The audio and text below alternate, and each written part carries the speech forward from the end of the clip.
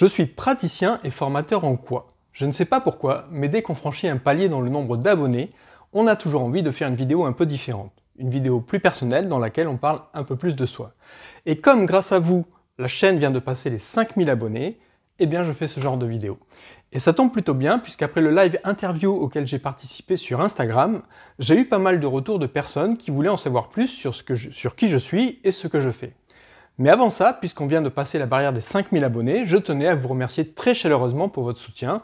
Atteindre 5000 abonnés n'est pas une chose facile, d'autant plus que j'ai beaucoup de mal à vous demander de vous abonner et d'activer la petite cloche dans mes vidéos. J'ai même pas du tout envie de le faire. Exister dans un écosystème aussi foisonnant que celui de YouTube n'a rien d'évident, c'est parfois même décourageant, notamment quand on voit le travail à fournir pour une vidéo, pour au final un nombre de vues relativement faible, qui fait qu'on est vite oublié par l'algorithme. Mais c'est le jeu, faut faire avec. Mais revenons au sujet. Qu'est-ce que je fais? La bannière de ma chaîne indique déjà pas mal de choses, mais elle soulève régulièrement une question: quel rapport entre mon activité de praticien et formateur en phytoaromathérapie et le coaching sur la gestion du temps et de la connaissance? C'est vrai qu'à première vue, ça semble être deux activités qui n'ont strictement rien à voir. Dans cette vidéo, je vais vous montrer pourquoi ces deux activités sont intimement liées, et le lien est clairement identifié, c'est la gestion du stress et de l'équilibre psycho-émotionnel. Certaines personnes le savent, je porte un grand intérêt pour la médecine tibétaine, et parmi les choses que j'ai intégrées dans ma pratique de la phytoaromathérapie, c'est l'importance de la relation corps-esprit, du lien qu'il y a entre notre équilibre psycho-émotionnel et notre santé. Préserver notre équilibre psycho-émotionnel est donc d'une grande importance pour préserver notre santé. Et parmi les grands perturbateurs de l'équilibre psycho-émotionnel, il y a le stress. Le stress est souvent le déclencheur de beaucoup de pathologies. Il peut engendrer de l'obésité abdominale, un diabète de type 2, déclencher une maladie auto-immune qui était latente, perturber notre système immunitaire et bien d'autres choses. Si on arrive à résoudre les problèmes de stress, on arrive à éviter énormément d'impacts négatifs sur notre santé. Je me suis donc particulièrement investi dans la compréhension du stress, à ses mécanismes mentaux et physiologiques, pour être capable d'apporter des réponses précises aux personnes qui me consultent. Et à ce niveau, la phytoaromathérapie offre une boîte à outils super intéressante, mais malheureusement insuffisante. Comme je le dis régulièrement dans mes articles, mes ateliers ou mes formations sur la gestion du stress, il n'y a que 4 situations qui font passer notre cerveau en mode stress. Le sentiment de perte de contrôle, l'imprévisibilité, la nouveauté ou l'ego qui se sent menacé. Ce que Sonia Lupien, une des grandes spécialistes du stress, regroupe sous l'acronyme CINE. Ce qui veut dire que lorsqu'une personne est en situation de stress à cause du sentiment de perte de contrôle, parce qu'elle se sent dépassée par tout ce qu'elle a à faire, que ce soit au niveau perso ou professionnel, la phytoaromathérapie ne pourra apporter qu'une réponse partielle. Pour en finir définitivement avec le stress lié au sentiment de perte de contrôle, il faut redonner le contrôle.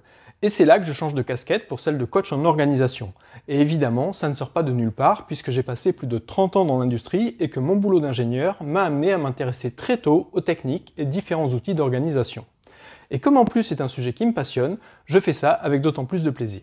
Au final, quand on me consulte pour des séances de coaching en organisation, j'aborde 3 thématiques. La première, ce sont les neurosciences pour expliquer pourquoi notre cerveau passe en mode stress, car cette compréhension aide énormément à déculpabiliser de stresser et donne un recul apte à aider à réduire le stress. La deuxième thématique, c'est la physiologie du stress pour comprendre les effets du stress sur l'organisme, et dans cette partie, la phytoaromathérapie aide beaucoup. Et enfin, la troisième thématique concerne les outils et méthodes modernes d'organisation. Je suis donc capable d'offrir une réponse globale aux personnes qui me consultent pour en finir avec le stress. Voilà pourquoi mon activité de coaching et mon activité de praticien en phytoaromathérapie, loin d'être indépendantes, sont intimement liées. D'ailleurs, pour la petite histoire, si vous avez vu ma vidéo sur comment créer une aromathèque sous Notion, eh bien c'est le même outil que j'utilise pour mettre en place mon système d'organisation personnelle. Et c'est aussi pour cette compétence en organisation que j'ai donné cette année une conférence auprès d'entrepreneurs sur comment faire rimer productivité avec sérénité. Il se peut d'ailleurs que je transforme cette conférence en formation quand ça m'a été demandé à plusieurs reprises par les personnes qui n'ont pas pu y assister. Pour terminer sur le côté praticien, je consulte tous les jeudis à Boulogne-Billancourt au Centre Santé et Bien-être Evoleos, soit pour une consultation en phytoaromathérapie, soit pour du coaching en organisation, soit bien évidemment pour les deux. Le reste du temps, je m'occupe de construire mes formations pour mon école en ligne, de mes vidéos pour la chaîne YouTube et de mes publications sur les réseaux sociaux. D'ailleurs, concernant mon école en ligne, il va y avoir un gros changement à la rentrée, en septembre ou octobre. La date n'est pas encore fixée, mais ça sera du lourd. L'école devrait changer de nom à cette occasion. Et bien évidemment, ça ne changera rien pour les personnes déjà inscrites à mes formations. Vous continuerez à avoir accès à vos formations acquises et toujours sans limite de temps. Autre chose qu'on me demande aussi régulièrement, c'est mon parcours. Je vais donc en profiter pour vous en dire un peu plus à ce sujet.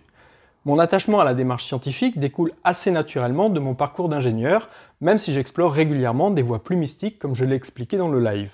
Et comme ma passion pour les plantes est devenue trop grande pour ne plus me sentir à ma place dans mon ancien boulot, je me suis formé à l'école des plantes de Paris.